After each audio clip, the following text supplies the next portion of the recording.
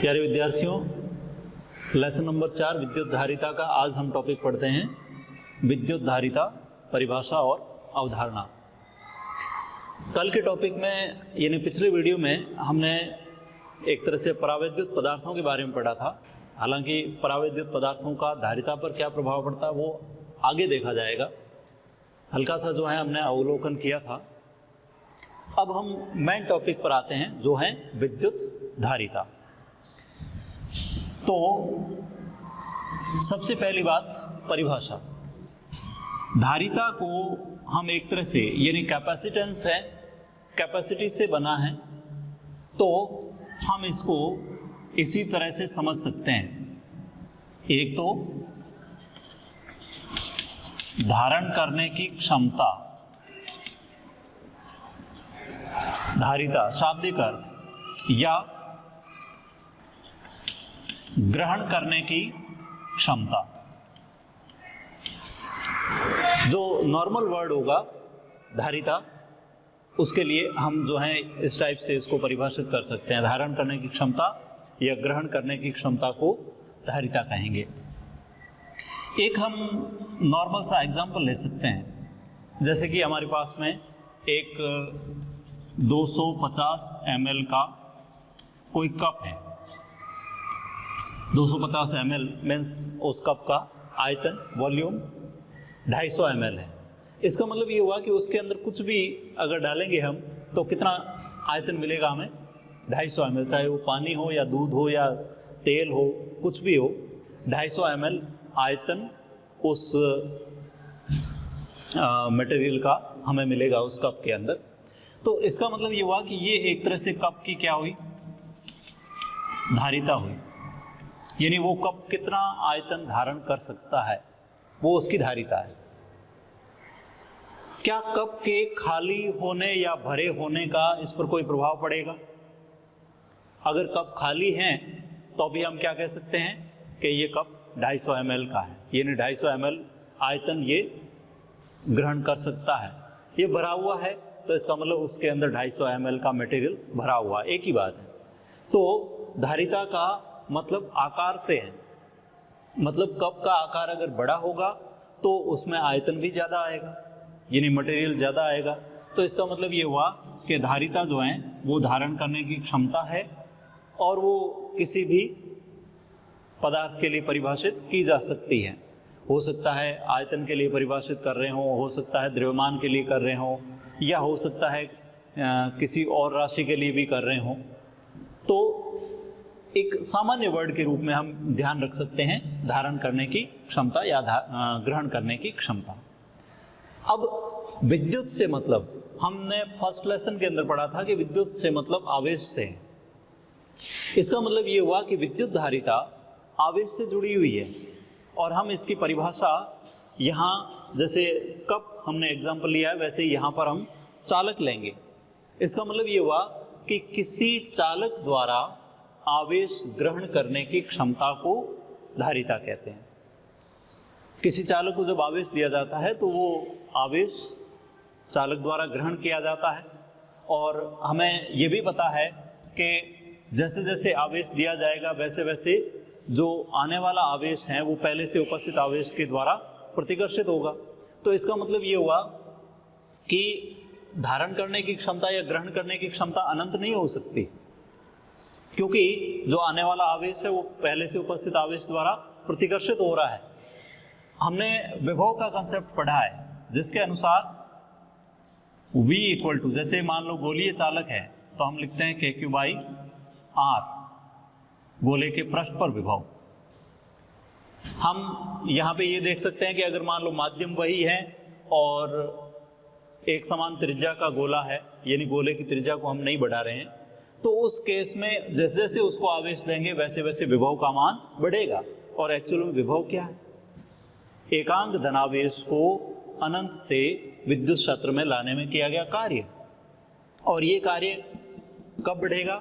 जब प्रतिकर्षण बल बढ़ेगा। ठीक है, क्योंकि पहले से उपस्थित जो आवेश है वो एकांक धनावेश को प्रतिकर्षित कर रहा है। तो इसका मतलब ये हुआ कि हम अनंत आवेश किसी चालक को नहीं दे सकते। तो उसकी धारिता भी अनंत नहीं हो सकती। तो किसी चालक द्वारा आवेश ग्रहण करने की क्षमता को उसकी विद्युत धारिता कहते हैं। अब जैसे इसी एग्जाम्पल पर वापस आते हैं हम कि ये हमारे पास में कप है और इसके अंदर मान लो कि हम पानी डाल रहे हैं। तो पहले से अगर खाली है और पानी डालेंगे तो वैसे वैसे क्या होगा, कप में पानी का स्तर बढ़ेगा, पानी का स्तर बढ़ेगा। स्तर मतलब हाइट, और वो हाइट किस पे डिपेंड करेगी, अमाउंट ऑफ वाटर, पानी की मात्रा पर। पानी की मात्रा और पानी के स्तर के बीच में क्या संबंध होगा, डायरेक्टली प्रोपोर्शनल। इसका मतलब ये हुआ कि अमाउंट ऑफ वाटर जैसे जैसे बढ़ेगा वैसे वैसे लेवल ऑफ वाटर बढ़ेगा, पानी का स्तर बढ़ेगा। अब यहां पर ये जो V है इसको हम पोटेंशियल लेवल कहते हैं, विभव स्तर। ये क्या है, एक तरह से आवेशन का स्तर है। जैसे जैसे आवेश बढ़ेगा वैसे वैसे विभव बढ़ेगा। जैसे यहाँ पे पानी का स्तर बढ़ रहा है, ये आवेश की मात्रा है। इसका मतलब ये हुआ कि अगर यहाँ पे amount of water directly proportional to पानी का स्तर है, लेवल ऑफ वाटर, देन यहाँ पर भी V समानुपाती Q होगा। यानी किसी चालक को जब आवेश दिया जाता है तो दिया गया आवेश चालक के विभव में वृद्धि के समानुपाती होता है, डायरेक्टली प्रोपोर्शनल टू V। और यहां हम जो कांस्टेंट लेते हैं इसी कांस्टेंट को हम कहते हैं विद्युत धारिता। इलेक्ट्रिक कैपेसिटेंस बहुत इजी कंसेप्ट, समझ में आ जाना चाहिए। Q directly proportional to V, हमने कांस्टेंट ले लिया C, और C को हम बोलेंगे विद्युत धारिता, electric capacitance. C equal to Q by V। यहां से हम बहुत सारी परिभाषाएं बना सकते हैं, मात्रक विमाएं ले सकते हैं C के लिए। Q अपॉन V किसी चालक के लिए कांस्टेंट होगा। तो ये भी ध्यान रखना जरूरी है कि जो धारिता है उसका मान ना तो Q पर निर्भर करेगा और ना ही V पर।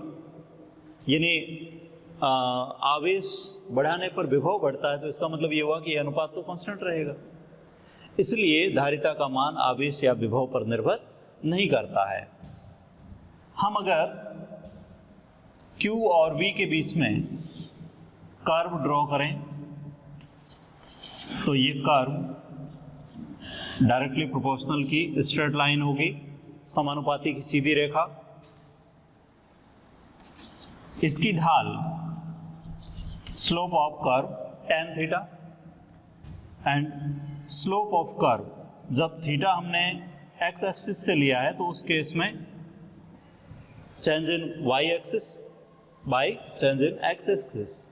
इसका मतलब ये हुआ कि हम डायरेक्ट यहाँ पे अगर Q अपॉन V लिखें तो कोई समस्या नहीं है, और Q अपॉन V हमारे पास क्या है, C।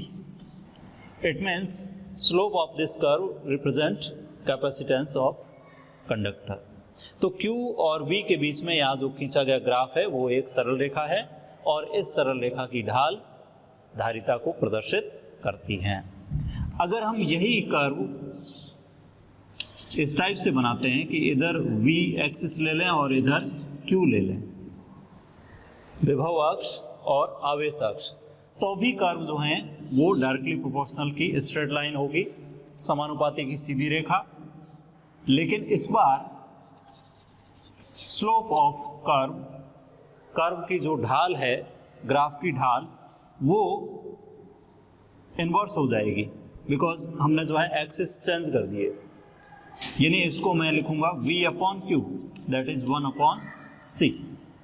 तो ये तो कर्व होगा QV curve, and this is VQ curve. VQ curve की जो ढाल है वो 1 अपॉन C यानी इनवर्स ऑफ कैपेसिटेंस होती है। तो ये दोनों टाइप के हमने जो है ग्राफ देख लिए, एक तो Q का V के साथ और एक V का Q के साथ। अब अगर मान लो हम जो है ग्राफ बनाते हैं C का,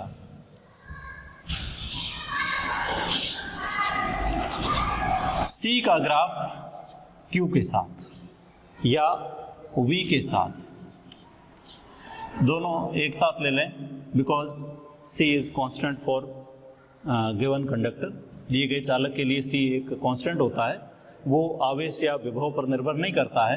तो उस केस में इसका तो जो ग्राफ है वो कांस्टेंट लाइन आएगी, एक स्ट्रेट लाइन, लेकिन ये कांस्टेंट है। इट मीन्स Q और V में चाहे आप कितना ही चेंज कर दें, परिवर्तन कर दें, C के मान में कोई परिवर्तन नहीं होगा। तो इसकी जो स्लोप है, ढाल है, वो क्या होगी? 0। स्ट्रेट लाइन जो कि एक्स एक्सिस के पैरेलल है, तो इसकी स्लोप 0 होगी। अब हम देखते हैं विद्युत धारिता की मात्रक और विमाएं। विद्युत धारिता C इक्वल टू, हमने फॉर्मूला बनाया, सबसे पहला फॉर्मूला है ये Q अपॉन V। कंसेप्चुअल है, अकॉर्डिंग टू डेफिनेशन, परिभाषा के अनुसार है। तो हम यहाँ से अगर मान लो मात्रक की बात करें, तो आवेश का मात्रक हमें पता है कूलाम होता है, और विभव का मात्रक वोल्ट होता है। तो एक सिंपल सा मात्रक मिल जाता है, कूलाम बटा वोल्ट, कूलाम पर वोल्ट। और कूलाम पर वोल्ट को ही हम एक नया नाम देते हैं फैराड। ध्यान रखना है, आवेश का मात्रक अलग होता है जिसको हम फैराडे कहते हैं, और ये है फैराड। सीजीएस के अंदर अगर देखेंगे तो कूलाम को हम स्टैटिक कूलाम या ईएसयू ऑफ चार्ज, और वोल्ट का static volt. Static coulomb by static volt, इसको हम बोलेंगे स्टैटिक फैराड। अब अगर हमें इनमें आपस में जो है संबंध देखना है, फैराड एंड स्ट्रेट फैराड के बीच में रिलेशन, तो उस केस में हम इन्हीं को सीजीएस में चेंज करें। सीजीएस में कैसे चेंज करें? जैसे कूलाम को स्टैटिक कूलाम में कर दें, वोल्ट को स्टैटिक वोल्ट में। तो हमें ये पता है कि 1 coulomb equal to 3 × 10⁹ static coulomb, and 1 volt equal to 1/300 static volt. ये हमने पहले पढ़ रखे हैं, फर्स्ट लेसन के अंदर आता है, ये थर्ड लेसन के अंदर आता है, जहाँ पे हम विभव, विभवांतर, पोटेंशियल एंड पोटेंशियल डिफरेंस देखते हैं। उनका जो यूनिट है उसमें आपस में interconversion, 1 volt 1/300 static volt. ये जब यहाँ रखें, इट मीन्स कूलाम को स्टैटिक कूलाम में कन्वर्ट करें, तो 3 × 10⁹ स्टैटिक कूलाम बाय वोल्ट को स्टैटिक वोल्ट में चेंज करें, 1/300 static volt equal to 1 farad. इसी को हमने चेंज किया तो इधर तो फैराड ही रहेगा। ये static coulomb by static volt जो है, इसको हम स्टैटिक फैराड बोल देंगे। इसको जब हम सॉल्व करेंगे तो ये मिलेगा 9 × 10⁻11 static farad equal to 1 farad. एक इंपॉर्टेंट कन्वर्जन, 1 फैराड कितना स्टैटिक फैराड के इक्वल होता है? 9 × 10⁻11। हम विमा देख सकते हैं, धारिता की विमा क्या होगी? आवेश की विमा बटा विभव की विमा, और विभव क्या होता है? कार्य बटा आवेश। इसका मतलब हम एक और मात्रक जो हमारे लिए विमा के लिए जरूरी होगा, वोल्ट जो होता है ये होता है जूल पर कूलाम। तो इट मीन्स ये बना कूलाम स्क्वायर पर जूल, कूलाम पर वोल्ट, वोल्ट को हमने लिख लिया कूलाम पर जूल पर कूलाम, जूल पर कूलाम, तो ये बन गया कूलाम × कूलाम बाई जूल। यहाँ से हमारी जो है विमा बहुत इजी हो जाएगी, जूल m1 L2 T-2।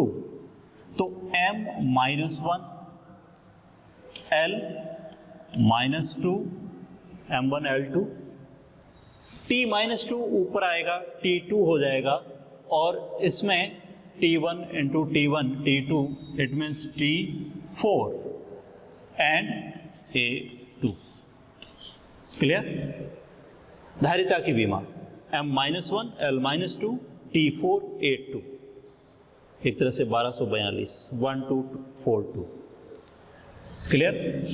धारिता एक अदिश धनात्मक राशि होती है, यानी इसका मान कभी भी ऋणात्मक नहीं होगा, नेगेटिव नहीं होगा, always positive and scalar quantity. अब हम देखते हैं यहाँ पे एक फैराड की परिभाषा। एक फैराड धारिता से क्या मतलब होगा, तो हम लिख सकते हैं 1 कूलाम बाई 1 वोल्ट। इससे हम एक फैराड धारिता की परिभाषा बना सकते हैं। कैसे? 1 कूलाम किसी चालक को आवेश दिया जाए तो उसके विभव में वृद्धि कितनी हो, 1 वोल्ट, फिर चालक की धारिता क्या होगी, 1 फैराड। इट मीन्स जब किसी चालक को 1 कूलाम आवेश दिया जाए और उसके विभव में वृद्धि 1 वोल्ट हो तो उस चालक की धारिता 1 फैराड होगी। क्लियर? तो ये 1 फैराड धारिता की एक तरह से डेफिनेशन, परिभाषा। ओके, तो विद्युत धारिता एक तरह से परिभाषा अच्छी तरह से क्लियर हो जानी चाहिए। अब हम इसके अंदर देखते हैं कि धारिता जो है वो किन किन चीज़ों पर निर्भर करती है। तो एक तो जैसे हमने कप के एग्जाम्पल से ये देख लिया कि कप जितना बड़ा होगा धारिता उतनी ही अधिक होगी। इसका मतलब एक चीज़ तो हमें समझ में आ जानी चाहिए कि चालक का आकार जो है वो विद्युत धारिता को प्रभावित करता है, और आकार जितना बड़ा होगा हम उस पर आवेश उतना ही आसानी से दे पाएंगे, क्योंकि त्रिज्या ज़्यादा होने पर उसका विभव कम रहेगा, आवेश देने से विभव बढ़ता है। तो हम यहाँ पर एक एग्जाम्पल के रूप में लेते हैं गोलीय चालक की धारिता।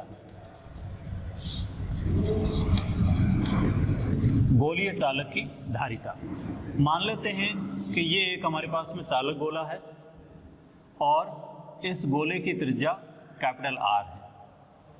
इस गोले को हमने धनावेश कैपिटल Q दिया है, तो हमें ये पता है कि आवेश देने पर इस पर विभव उत्पन्न होगा, और गोले के पृष्ठ पर विभव हम क्या लिखते हैं, KQ बाई R, और 1/4 pi epsilon not Q upon R।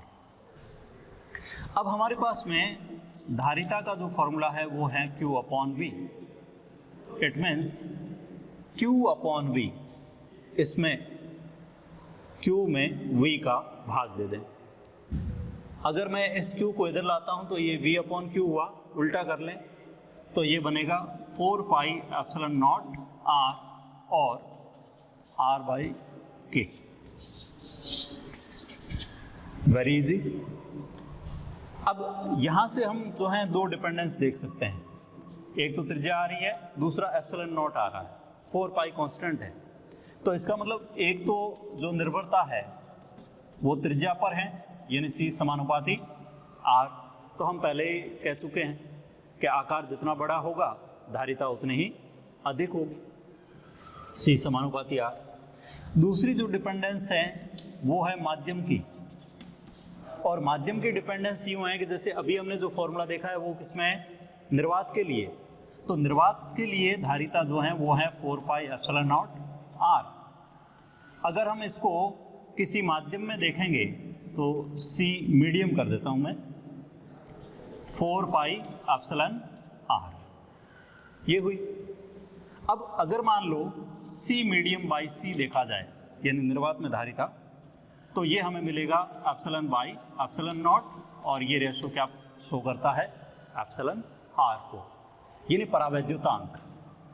Epsilon R 1 से ज़्यादा होता है, तो इसका मतलब ये हुआ कि C medium by C greater than 1, then C medium greater than C। तो ये एक बहुत इजी वे में जो है निर्भरता आ गई कि किसी भी माध्यम में धारिता जो है वो निर्वात की तुलना में ज़्यादा होती है और कितने गुणा, एप्सिलॉन आर गुणा। जितना उस माध्यम का परावैद्युतांक है उतने गुणा से धारिता बढ़ती है। तो इस टाइप से आज के टॉपिक में हमने जो है ये विद्युत धारिता का कंसेप्ट पढ़ा। हम पृथ्वी को भी एक गोलीय चालक मान सकते हैं और पृथ्वी की गोलीय चालक मानते हुए हम इसी फॉर्मूले से धारिता ज्ञात कर सकते हैं। तो आज के टॉपिक में इतना ही। नेक्स्ट वीडियो में हम धारिता को बढ़ाने के तरीके देखेंगे। धन्यवाद।